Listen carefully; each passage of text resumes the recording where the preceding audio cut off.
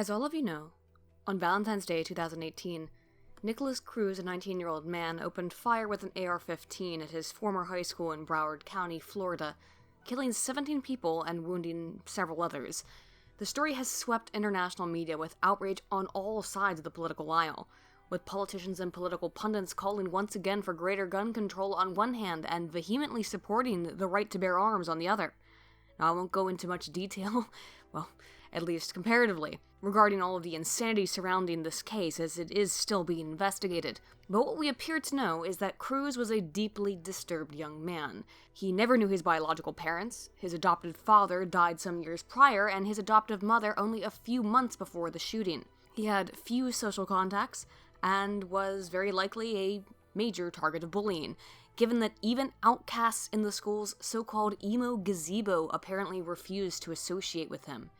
He had frequently expressed warning signs and indicated warning signs of antisocial personality disorder or other types of highly red flag behavior, and had posted online about his desires to kill others, that he wanted to be a school shooter, all of which the FBI was notified of, yet did nothing to investigate, even after almost 40 police visits had been made to his place of residence. Despite students being generally aware, it seems, of Cruz's unstable mental state, as well as the aspects of his home life among the faculty, the school not only did nothing to assess or aid in this mental state, they just outright fucking expelled him. As far as I'm concerned, and I'll state my opinion up front, Nicholas Cruz was a fucked up dude who desperately needed mental health assistance and likely commitment in a professional psychiatric institution, given the many elements we now know about him and his life situation. Once again, to me, it seems the issue is not guns here. The issue is mental health and awareness of mental health issues. Guns don't kill people. Crazy people kill people.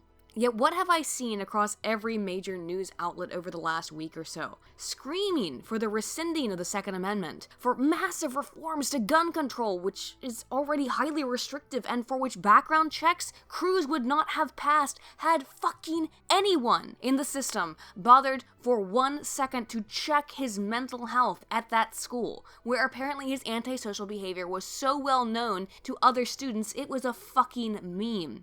To outright calls for basically civil war through the forceful seizure of firearms from American citizens. We have here teens giving these impassioned speeches that totally don't sound at all highly rehearsed. After we heard the first gunshot, we initially thought it was a drill. Actually, that was a bad choice. Hold on. It's okay, you're fine. Actually, that was a bad choice because the janitor... Sorry. It's okay. You're fine, David. You're fine. Honestly, when I was going out, I wasn't... Hold on. It's okay. Crying out about how horrible firearms are, and moreover, given that according to this Reddit AMA, from a supposed student at the school, outlined how they are taught at that school that the NRA controls the government on some level, then really, is that any surprise that they're crying out like this? For these people, I have two phrases, one consisting of 4 words and the second consisting of 5 that I would like to make very clear at the outset of this video. The first is this: shall not be infringed. And secondly, from my cold, dead hands. But my ire here is only equal to the ire from the left regarding the same topic, right? Everyone is pissed off at each other, particularly it seems that the left wants major change to happen, as they do basically following every major shooting, and they are seemingly willing to go to any lengths to get the change that they so desire, be it to call this man a white nationalist after falling for some entry-level 4chan troll bait shit, to bozos claiming that internet blood sports are somehow to blame for the deaths of these innocents, to spinning the fact that the NRA donated 10 grand to the school's JROTC program as somehow proof that gun lobbyists paid to train Cruz in the act of murder. Logic does not enter in here, not as far as I can see.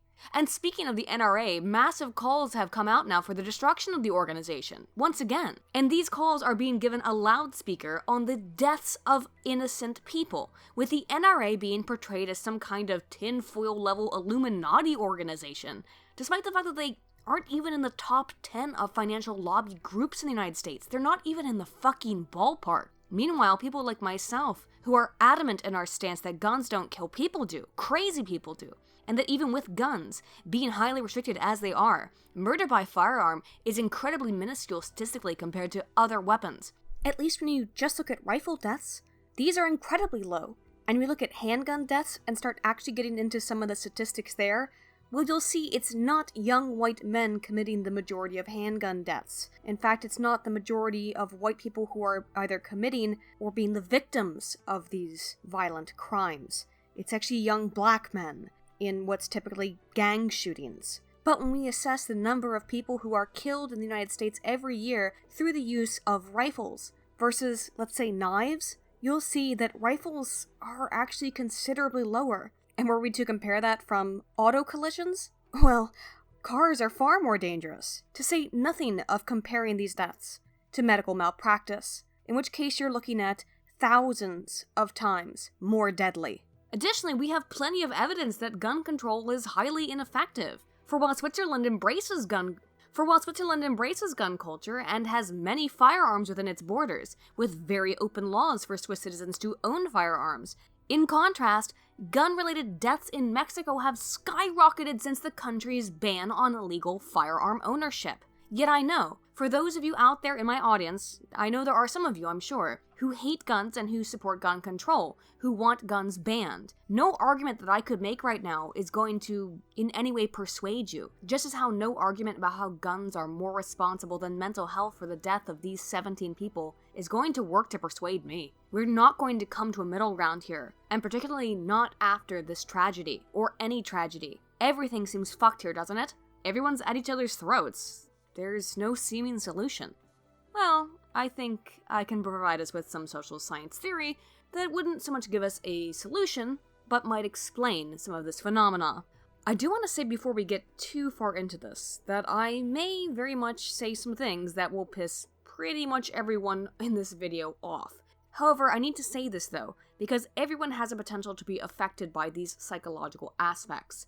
I've stated this before, but let me just say it here again. More often than not, I tend to take a look at the social psychology of the American left, but everyone can be a little wacky in the face of tragedy, real tragedy. Thus, while I am a massive and adamant supporter of the Second Amendment and those rights, I am going to get real about how everyone can react to information that reminds us of our mortality, and how we manage the existential terror that we feel. We're reminded of the inescapable nature of our demise through the framework of what's called terror management theory, which assesses how we as humans respond to thoughts of death. The basic premise of terror management theory, or TMT, as presented in Greenberg, Solomon, and Paszynski, 1986, and then further in Rosenblatt et al., 1989, posits that humans, being a species of thinking beings, constantly involved in various degrees of solipsistic self-interest, exist in a fundamentally discordant state, wherein, as living beings, as anything that is alive, we always seek the prolongation of our existence and the propagation of our genetic information. Yet simultaneously, as cognitive creatures, unlike most other animals, pretty much all other animals as far as I know, we are essentially aware of the existence of our inevitable demise. As James Baldwin eloquently puts it, life is tragic simply because the earth turns and the sun inexorably rises and sets. And one day, for each of us, the sun will go down for the last time. Perhaps the whole root of our trouble, the human trouble, is that we will sacrifice all the beauty of our lives. We'll imprison ourselves in totems, taboos, crosses, blood sacrifices, steeples, mosques, races, armies, flags, nations, in order to deny the fact that death, which is the only fact we have. In response to this perceived incongruity, Greenberg, Solomon, and Paszynski, 1986, proposed that humans evolved to cope through the development of a personal sense of self-esteem and through the adoption of a worldview or narrative, often based on shared group homophily or affiliation. That is in order to reduce the existential anxiety that we feel pretty much constantly because we are aware that we're going to die, but we don't want to die being living beings. According to the tenets of TMT, we withdraw from situations that remind us of the certainty of our deaths, into our own sense of self-worth, our worldviews, and our positive group associations and affiliations. Specifically, TMT suggests the two following propositions regarding how we process thoughts of death. First, humans seek the maximalization of bolstering of self-esteem or personal self-worth, including group-related self-esteem affiliated with social identification and affiliated group membership, as part of the unified sense of the self via comparison with others. Self-esteem is a natural defense mechanism against unpleasant and threatening information. In other words, we like to feel good about ourselves. We like to feel good about ourselves when we're afraid of death, because otherwise, what do we really have outside of the sense of the self? When we're talking about real mortality shit up in this bitch, what do you have outside of your sense of the self? The second, though, is that when under threat, given the inherent desire to maintain maximal self-esteem, including that associated with groups and worldview affiliation, attacks or perceived attacks bolster, thereby, the desire to maintain held beliefs or affiliations. Any item that threatens the held worldview or any concept of the self, such as group affiliations, that comprises part of my identity or our identity, thereby the cumulative sense of self-esteem, when it is threatened, causes negative psychological reactions, as threats to worldview and self-esteem are buffers again against our fear of death. In addition to retreating to bolstering of self-esteem, threats to worldview and group affiliation may cause a desire to react harshly against outgroups, given that they represent a threat to this additional buffer against fears of death. In other words, when you threaten me with death, not only will I retreat to my sense of self-esteem in order to mitigate fears of death, I'm also going to hate anyone who doesn't ascribe to my worldview a little bit, because you represent a threat to my worldview. And if you represent a threat to my worldview, thereby you represent some sort of threat to my sense of self, the thing that is allowing me to cope with fears of death. When threatened with information that reminds us of the inevitability of our deaths, the salience of our own mortality is activated. According to terror management theory, we have two methods of coping with fears of death, as I just said, self-esteem and worldview or group affiliation. Thus, in the presence of an event or scenario that causes increased thinking about death, we tend to want to bolster our self-esteem through self-affirming behaviors or thoughts, or to bolster our worldview and social group affiliations in order to distance ourselves from the death-related thoughts by saying, hey, here's my people, here's my beliefs, here I am, and fuck anything else that falls outside of it. Thus, terror management theory focuses on how humans cope with the awareness of mortality and suggests that people, again, buffer the potential for death-related anxiety by advocating cultural worldviews that imbue their life with a sense of meaning, by striving to attain feelings of self-worth, and by investing in personal relationships with others in a shared in-group. In other words, thinking about death and dying makes us kind of fucking uncomfortable, so we relieve this discomfort by reasserting our beliefs in our sense of the self and our general sense of homophily with others. Even more succinctly, here's the quick rundown. We don't like to think about death, so we avoid death with topics that reaffirm our existing beliefs. Specifically axiomatic to terror management theory is that the threat to the sense of the self and one's worldview or group affiliations is activated through exposure to an event that is reminiscent of one's own mortality, something that reminds us of the inevitability of our deaths. This is called mortality salience. Similarly to cognitive dissonance, TMT describes a situation wherein some aspect of the self is found to be oppositional to a certain context. Something about the sense of the self is being threatened with the introduction of new information or data. And as such, this conflictory state need be mitigated psychologically, generating a reaction to the opposition, or in the case of terror management, the source of the threat to one's life, and thereby one's sense of the self, one's self-esteem. This reaction to threat to the sense of the self, evoking fear, is responded to in 4 primary ways as described in the seminal research, based on the circumstances of the threat, and various personological differences. Basically, this affects different people in different contexts in different ways, as do most things in social science. But here are the 4 primary differences. First, there is the perception that the origin of the threat is inherently evil and thus can be simply dismissed. Basically, fuck you, this is awful, you're evil, you're disgusting, I'm not going to pay overwhelmingly amounts of attention to you because you make me sick. Or your ideas make me sick. The second is that the origin of the threat is simply wrong, and the threatening group is misguided, yet capable, potentially, of being reformed through communication and assimilation or conversation, or conversion. Basically, if you yell at someone long enough, you can convince them that their horrible backwards beliefs are incorrect. The third form involves the integration of some more palatable aspects of the origin of the threat into the existing sense of the self. Much as with cognitive dissonance, this tends to be more difficult to achieve, although it doesn't describe a change in held beliefs or change in the sense of the self, but rather a mutation or adaptation of the threat, such as the uncomfortable feelings are ameliorated without actual need to reevaluate the sense of the self. Yeah, it's not really change, it's just adaptation. Again, this is disparate from dissonance, given that the psychological discomfort incurred from exposure to information that does not align with held beliefs lacks the threatening aspect of terror management. Thus, the integration of aspects of the oppositional threat is really the most potentially positive defensive mechanism for attitudinal change under this model. But, for the most part, when you're terrified of death, you don't get a lot of positive change, as we're going to cover extensively. Finally, one may simply perceive the origin of the threat as so unquestionably, inexorably wrong that it need not even be addressed, given that the very nature of its inaccuracy or wrongness will inevitably, in your opinion, lead to the failure or termination of the origin of the threat. Some of the seminal research conducted to support TMT illustrates the variety of contexts under which this relationship between self-esteem, worldviews, and mortality salience can occur. Rosenblatt et al. 1989 found significant support across 5 experiments that, when asked to think about their deaths, both students, as are typically the subjects of all of these experiments, after all, a common joke about the social sciences is that we know more about the college freshman than any other animal on Earth. But interestingly, not just college freshmen, not just students, but in this instance, judges, US judges, were found to be less favorable and less lenient towards the setting of a bond for an accused prostitute when their mortality was salient.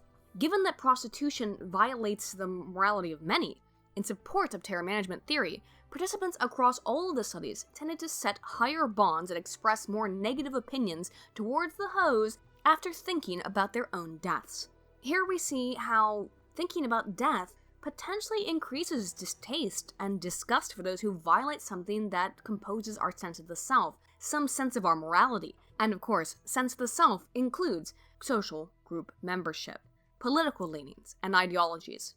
Greenberg et al. 1990 similarly found that across 2 experiments, self-described Christian participants had lower opinions in regards to a potential person who was labeled as a Jew when their mortality was salient. I wonder who could be behind this research. Really percolates my peanuts. Anyway, the point is people evaluate outgroups less favorably when they are concerned with thoughts of death, as the premise of TMT postulate. An interesting finding for the current context in this is that outgroup perception was more negative in individuals high in authoritarianism. This is, again, the Greenberg et al. 1990 study. And that is also any type of authoritarianism. So potentially both left or right-wing. Finally, in a 3rd experiment from the Greenberg publication, participants read anti-US texts, supposedly written either by a Harvard professor or an avowed communist, and asked to think about their deaths and then give their appraisal of the text and the person who wrote it. Could you make a guess about who they appraised more negatively? If you thought the communist, you'd actually be incorrect. It turned out that participants held considerably more negative appraisals of the professor. Why? Well, we all expect commies to be anti-US little fucks and in need of a free helicopter tour. But particularly in 1990, during which the study was conducted, anti-US statements coming from an American in a respected position were probably surprising to these students. Keep this in mind because I know today Harvard professor and avowed communist are seemingly synonymous. But what it does mean is that we can more negatively evaluate people in our in-group, in this instance US citizens, when we are in a place of fear of death if that in-group member somehow goes against our world view. But hey, that's just the seminal. TMT has been studied in a variety of contexts, including persuasive contexts, such as in the case with advertisements, public health campaigns, and consumer behavior, particularly in how we tend to avoid messages that evoke mortality salience.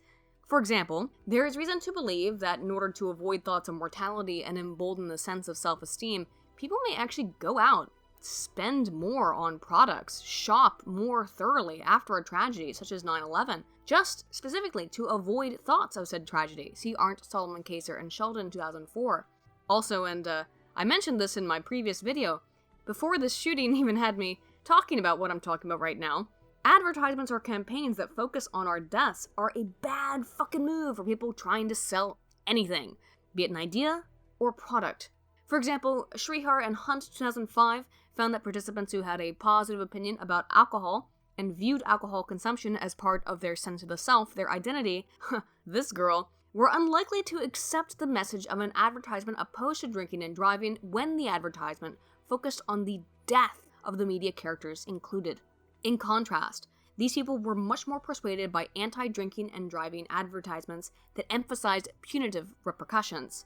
This particular study also found support for a growing trend in TMT research that I will get into regarding the importance of rumination, of delay, illuminating that individuals had a favorable attitude towards drinking were far less likely to be persuaded by the anti-drunk driving messages over time.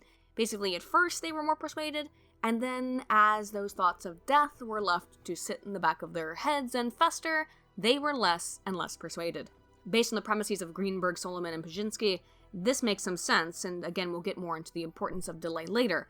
Ironically enough, I suppose, the importance of delay, in that the activation of mortality salience evokes the existential fear of our own deaths, which we mitigate through our self-esteem and worldviews.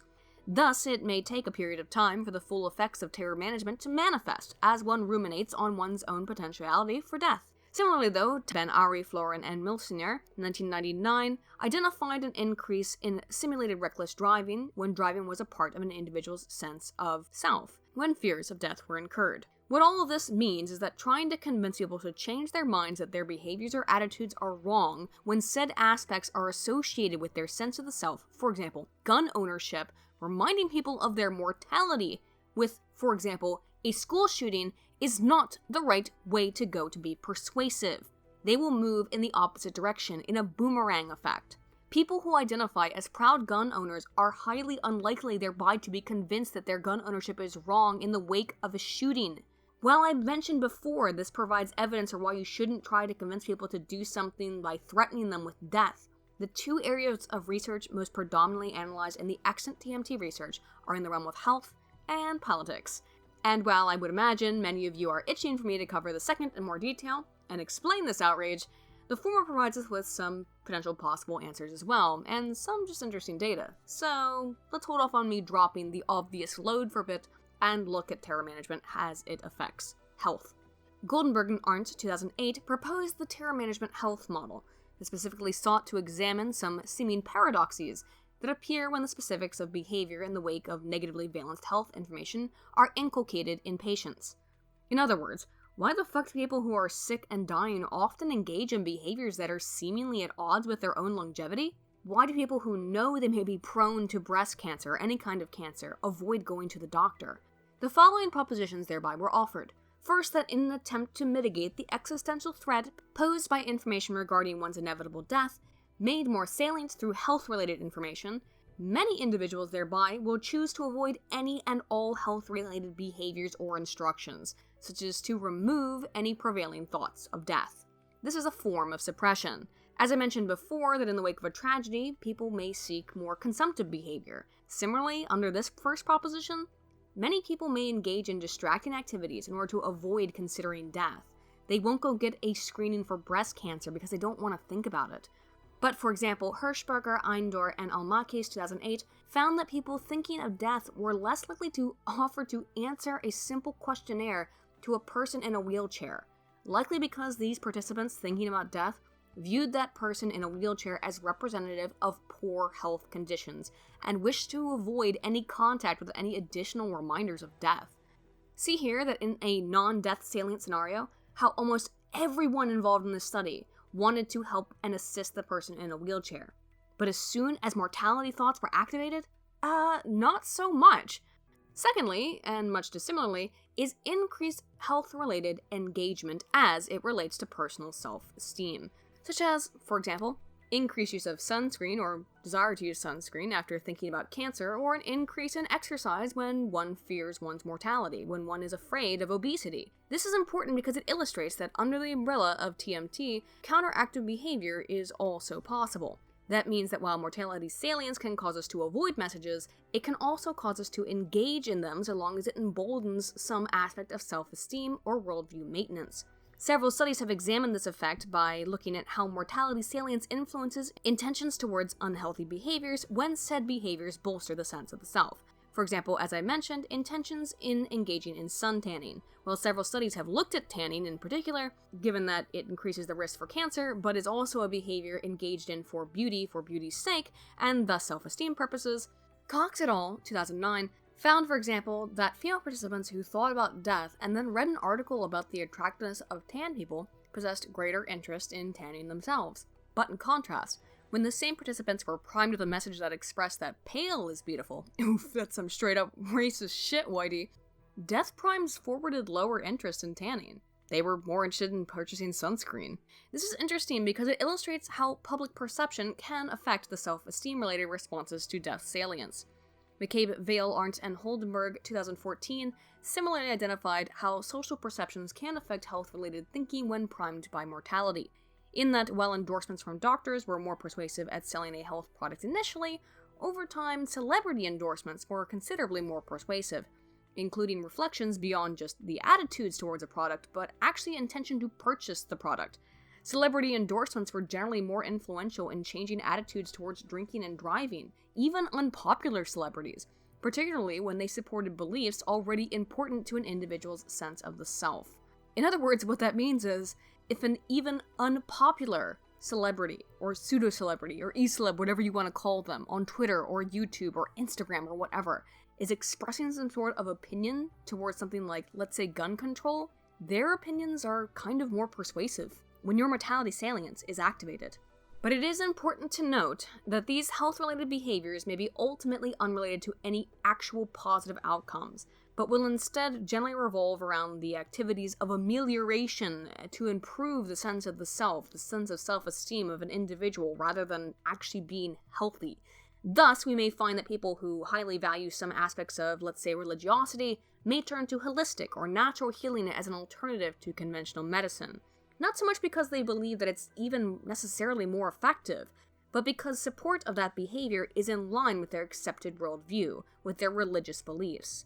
Finally, the third proposition suggests that creatureliness, or physicality, of the threat will affect the aforementioned propositions in numerous disparate manners. Basically, does the threat actively target your body, or does it target an idea? But this is more related to health issues than what we're talking about in this video. It's worth noting that it seems the susceptibility of any effects of potential death are of significant import to the terror management health model. That is, given we know through this model that fears of death affect our behavior through our self-esteem and worldview, death threats that seem unlikely are less persuasive. Again, kind of a no-shit factor, but we should look at it. For example, Arndt et al. 2007 found that women who believed they were low risk for breast cancer were less affected by the activation of mortality salience. And again, that all kind of makes sense, right? If the threat seems incredible or incapable of affecting the self, and thereby the sense of the self, the threat is non-threatening, and the effects of terror management theory should not be present. However, school shootings are uniquely horrifying events, not only because they involve the deaths of innocents, of children, but because schooling is a universally shared commonality across pretty much all people, and thus susceptibility both to oneself and one's children are fairly equally distributed across the entire population. Hence why everyone is so up in arms and why everyone has a different take. They seemingly feel the need to express online or in public, it doesn't matter. Be it avoidance of all death-related topics or screeching for some action be taken regardless of how efficacious it may be. We have discussed a few elements of how in-group and out-group affiliation are affected and associated with TMT and mortality salience, but let's right now dig in a little deeper to the social psychology of this phenomenon, because this is really where it's important right now. Since we discussed health and interactions with TMT at length, it's time we look at social and political aspects in more detail. While we discussed how TMT can cause lowered opinions towards Jews from Christians, that is not the only evidence for negative group assessment. Das et al. 2009 found that thinking about terrorism decreased opinions towards Arabs among Europeans, for example. Gee, what a shocker. Interestingly, Muslims who read the same article about terrorism that Europeans did in that study also had decreased opinions towards Europeans. Thus, again, thinking out of fear of death seems to cause just about everyone to hate each other, just a little bit. Further, Schmiel et al. 1999 found that activation of mortality salience also increased association of group stereotypes with out-group members, as participants whose mortality salience was activated rated an interviewer with a German accent as more, quote, stereotypically German than an interviewer with an American accent. I have to actually wonder, and while the study includes the traits associated stereotypically with Germans being things such as sternness and rigidity, and other factors probably, well, let's just say associated with Nazism, When thinking about this study, I just cannot help but think the interview went something like this. This is the quiet one, Mr. Bimler. Heinrich Bimler. How do you do that, Squire? Also, I'm not Minehead lad, but I in Peterborough, Lincolnshire House was given birth to. But stay in Peterborough, Lincolnshire House all during war, owing to nasty running sores. I was unable to go in the streets, play football, or go to Nuremberg. I am a retired window cleaner and pacifist without doing war crimes.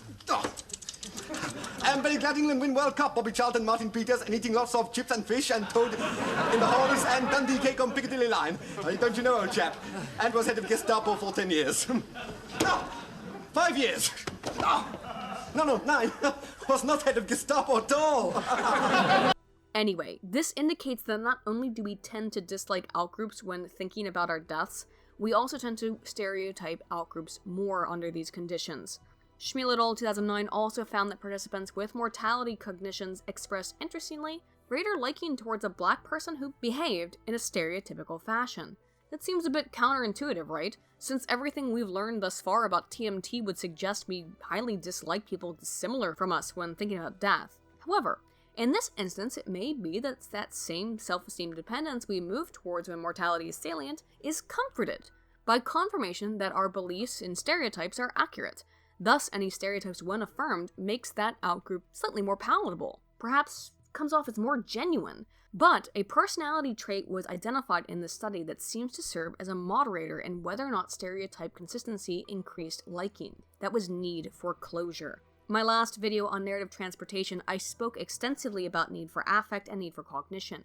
Well, need for closure is a highly related trait, and while it sounds similar, is actually negatively correlated to need for cognition. See Webster and Konglaki, 1994. While need for cognition describes persistent curiosity, need for closure describes a desire for unambiguous information, so that judgments about a topic can be solidly formulated. While separate traits, much like need for cognition, need for closure is associated with both authoritarianism and conservatism. What this means is that conservatives likely react to mortality salience with greater stereotyping, but they don't possess a more favorable attitude towards people who overly represent those stereotypes. In other words, in the face of mortality salience, in the face of death fear, liberals are probably more likely to enjoy seeing someone act in a way they find stereotypical. They will like that person more. Thus, in the case of gun control, though, it may be that left-leaning individuals who are concerned with death thoughts will like and perhaps be more comforted by seeing conservatives act overly stereotypical, perhaps acting like gun-obsessed rednecks, I don't know. While conservatives, in contrast, don't appear to give much of a fuck one way or another when their mortality has been activated. Similarly, though, Vespertledge, Landau, and Arndt 2009 found an interesting connection between the effects of activated mortality salience and personal need for closure, or PNS. PNS is a concept we know to be linked to conservatism, as indicated here in Von Hill, Pandelera, and Duriez 2004. Across 5 studies, Vess et al. Found that individuals higher in need for closure were more affected by mortality salience in regards to a number of elements, including lower willingness to watch a documentary about non-American groups, lower desire to explore and experience lower life meaning when introduced to unfamiliar or new topics. This is of interest because it likely indicates that when considering death, conservatives are less prone to being easily swayed by persuasive messages that attempt to change their worldview than left-leaning individuals, given that, again, conservatives tend to be higher in personal need for closure. In other words, quote, "Look, he's crying, let's burn the Constitution," is not going to be a very fucking effective argument to try and convince these people to abandon their guns, at least not at large. While everyone and anyone can be influenced by mortality salience in any of the ways described above, this is important to note because it means that the time to try and convince conservatives they should surrender their guns is certainly not when salience of death is prominent. And all this makes some sense, right? We know that conservative opinions usually come from a place of caution or even fear of negative social outcomes. Thus, it is no real surprise that a trait common among conservatives, a need for closure, has been consistently identified with effects associated with mortality salience and terror management. Again, we find mortality salience to be more potent and its ability to influence an individuals higher in any type of authoritarianism. But particularly, it seems that conservatives are unlikely to budge to try new things or be particularly accepting of outgroup messages. They're generally not, but they're particularly not under these circumstances. Hence, what we are looking at here is a scientific explanation for "from my cold, dead hands." So, as we set out this year to defeat the divisive forces that would take freedom away, I want to say those fighting words for everyone within the sound of my voice to hear and to heed, and especially for you, Mr. Gore. From my cold, dead hands.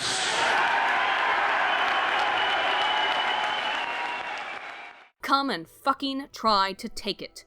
In fact, the need for closure aspect and thus the connection between terror management and conservatism may actually provide a useful explanation for the victory of President Donald J. Trump in the 2016 election. Landau et al. 2004 found that after thinking about death, participants were considerably more favorable towards Bush, a charismatic if dopey candidate, than John Kerry, a man who is such a monotone bore that his very appearance makes every pussy within a mile radius immediately turn to a desert, in a process known as global pussy warming. The astonishing thing is that the political affiliation of participants in the study didn't really affect the outcome, whether or not they liked Bush or Kerry more, meaning that being afraid was more important to the approval of a candidate than even social group affiliation. Yes! Recognize, this finding kind of flies in the face of a lot of the shit we've talked about so far. But it may explain Trump's support from across the political aisle when Americans are feeling particularly afraid about, let's say, Hillary's proposed war with Russia, immigration and white replacement, crime or terrorism. Perhaps making the worldview of American greatness, of Americanness, of American identity and social group affiliation more important to the sense of the South than political party grouping. And while that may be a positive thing, a sense of coming together for the greater good out of fear of our own deaths, at least positive for people like me who support Trump, definitive negative outcomes from this same process have definitely been assessed in the political arena. For example, Pajnitsky et al. 2006 found that students had more positive appraisals of the writings of a supposed fellow student who expressed a desire to die in the name of the United States when their mortality was salient.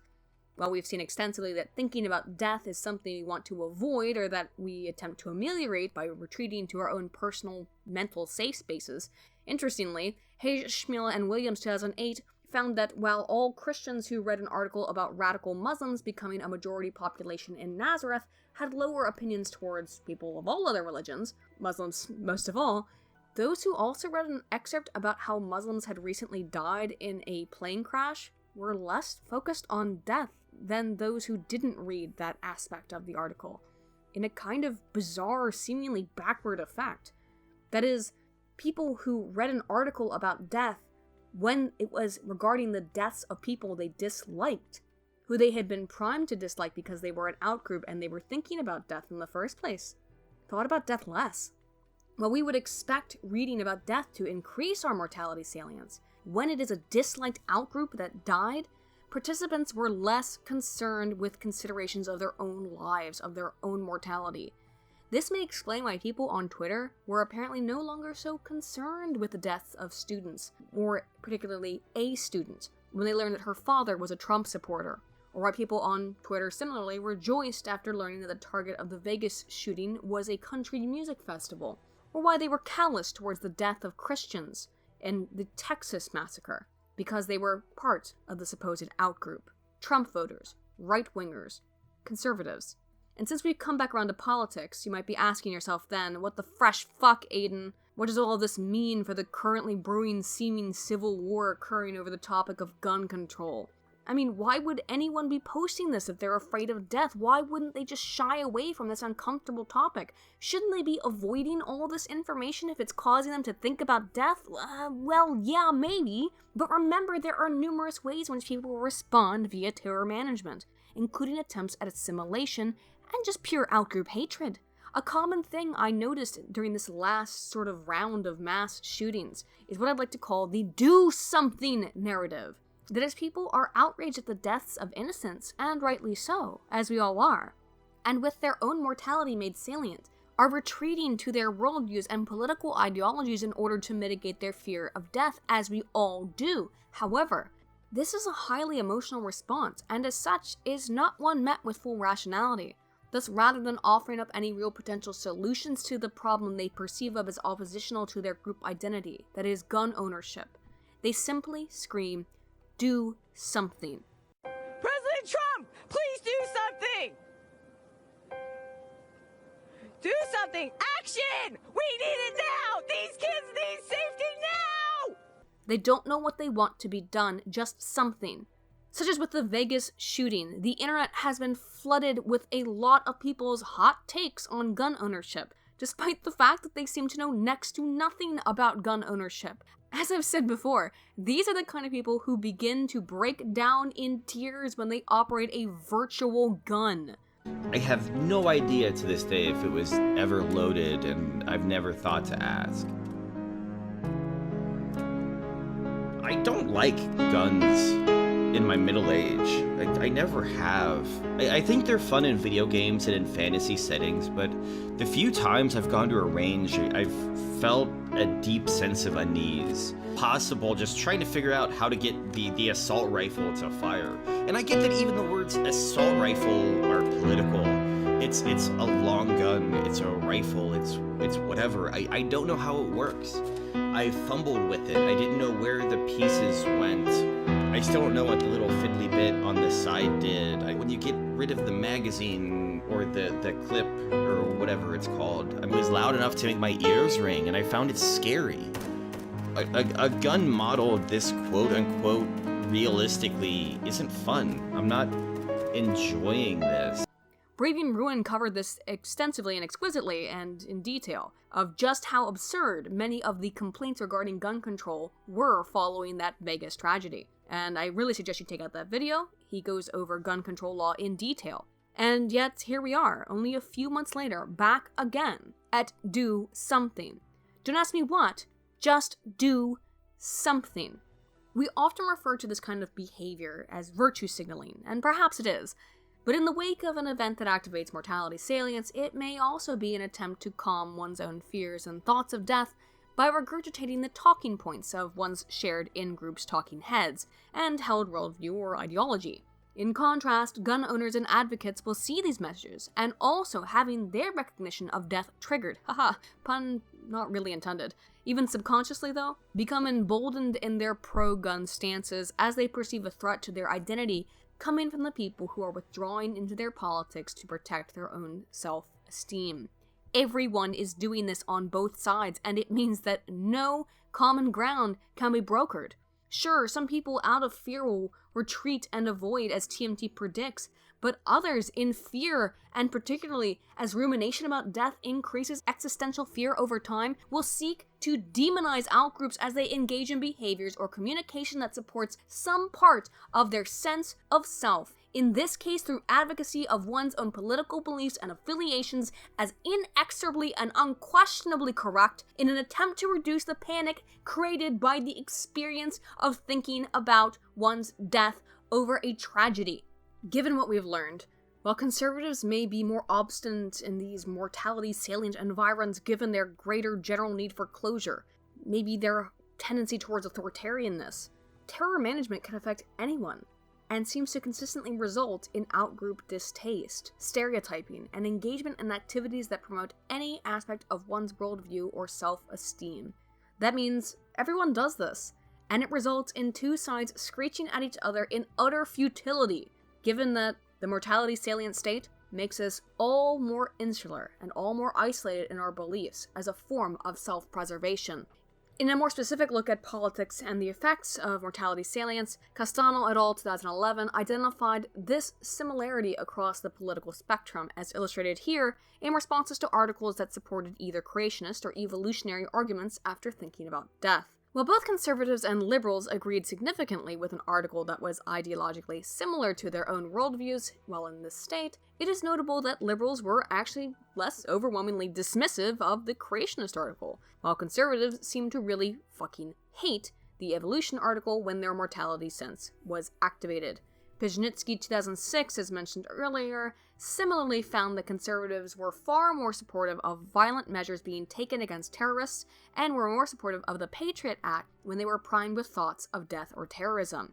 But let's actually go a step farther, beyond just general left and right disliking of outgroup opinion when mortality comes into play. Let's look at mass shootings, as did Jang 2018. These data indicate that Republicans are more affected by mortality salience when it comes to topics of gun control and open carry after a prime of thinking about death than liberals or independents, despite the fact that they all experienced similar levels of death thought after said prime. Likely, the reason for this effect is because gun control and open carry are more likely to be associated with the conservative identity. Thus, these effects are kind of not surprising, but they are worth noting since this is the topic we're talking about.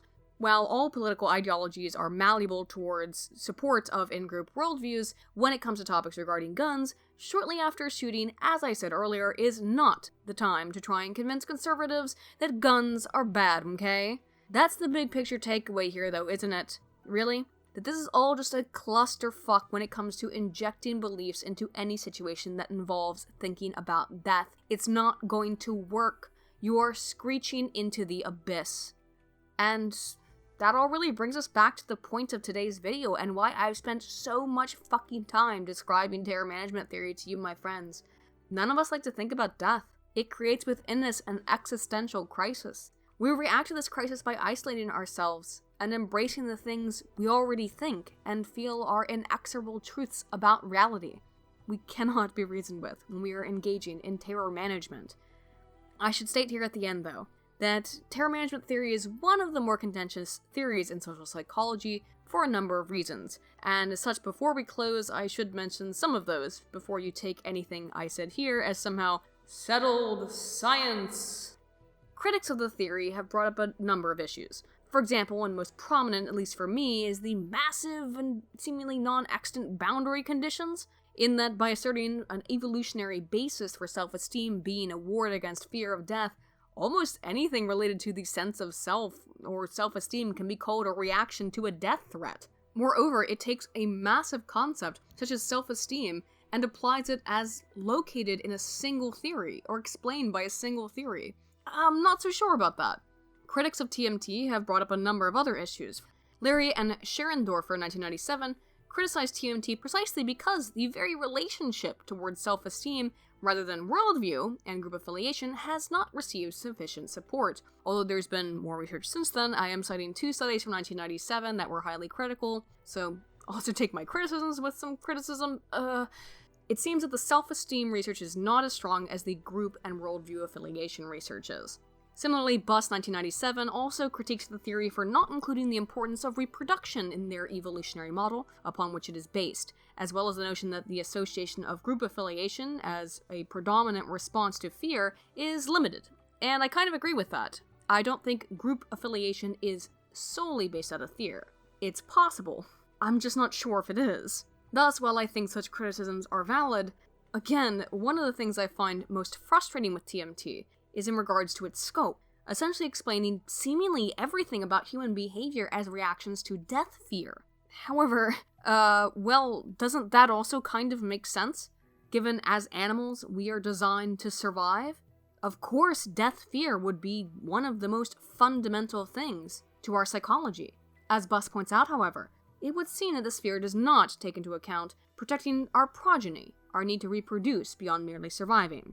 Well, Burke, Martins, and Floucher, 2009, in their, very, very, very detailed meta-analysis of 277 experiments testing TMT, found that longer delays were associated with greater effects of mortality salience. This may help answer the question over which TMT has been critiqued above, namely that if self-esteem and worldview maintenance are the methods through which we respond to fear of death, then why would we see astonishing acts of courage and valor from people in life or death situations, such as was the case with Aaron Feiss, the football coach who used his own body as a shield to save the lives of students? While we evolutionarily have a propensity to want to protect children, the progeny of the human race, instantaneous acts of bravery likely arise from a fast heuristic response from the hypothalamus, the fight-flight-freeze center of the brain, and I would imagine do not involve the kind of rumination and existential death concerns that are described under TMT. Seemingly a problem with the model, right? But it seems as if it may be, at least if you extend it a little. When it comes to protecting children, Routledge and Arndt 2008 found that participants who thought about death and were also primed with the prospect of joining an organization that will last for a very long time, that will last forever, that will make them immortal, with their contributions being remembered for all time, those people were more likely to support the following statements. I would die for England. It is worth making personal sacrifices to protect the British way of life, and my personal safety is not as important as the continuation of the British way of life. Thus, while it may seem counterintuitive that people would engage in self-sacrifice if self-esteem is the mechanism through which we cope with mortality, people who know their sacrifice will not be in vain may actually approach life and death scenarios head-on.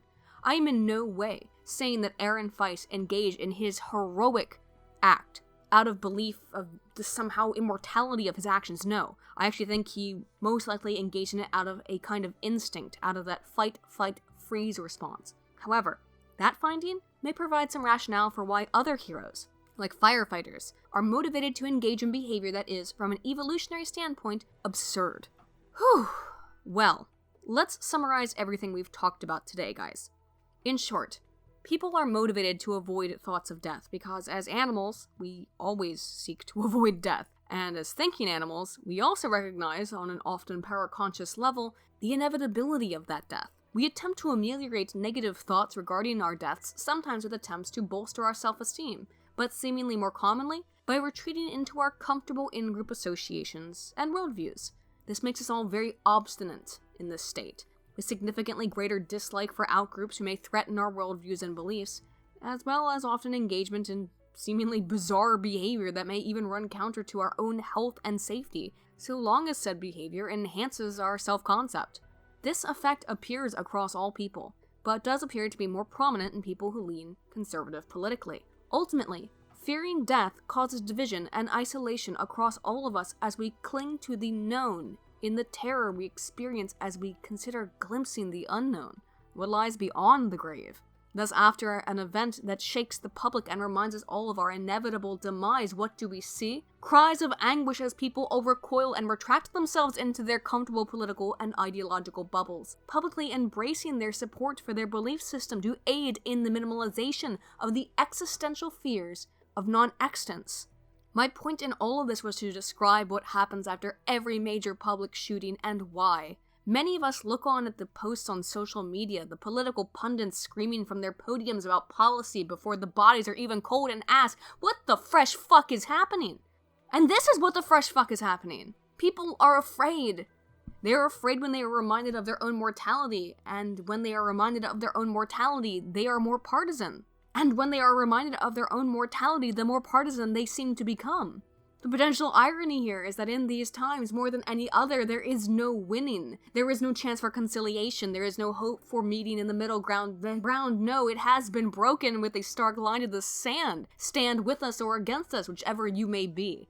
While I myself am a right-leaning person and a staunch proponent of the Second Amendment, we need to be aware that we're all doing this, and now allow it to sow further division where it may not be called for, given the tumultuous nature of the current context. You will never convince partisans to change their mind, that's a fact. But you certainly won't convince moderates under these kinds of circumstances. No, none of you will. None of us on any side will. It is often said of death that it is the great equalizer, in that we all face it together. We all must face our ultimate fate.